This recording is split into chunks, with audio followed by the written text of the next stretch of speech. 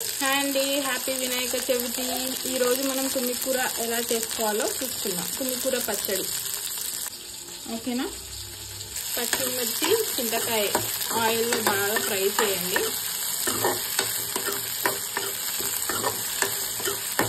ఆ తర్వాత కొంచెం సాల్ట్ వేసుకొని తుమ్మికూర వేసుకొని మగ్గించుకొని పేస్ట్ చేసిన తర్వాత తాలింపు.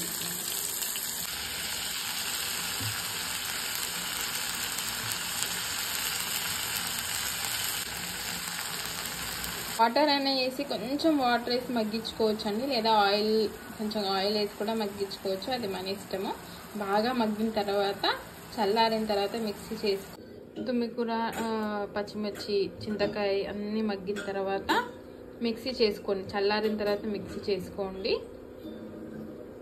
ఆయిల్ వేడైన తర్వాత ఆవాలు,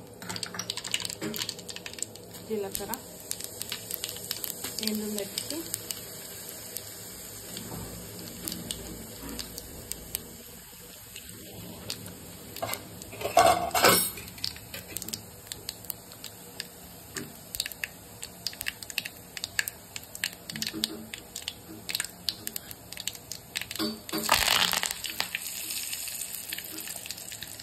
ఇదిగోండి తుమ్మికూర పచ్చడి రెడీ అయిపోయిందండి.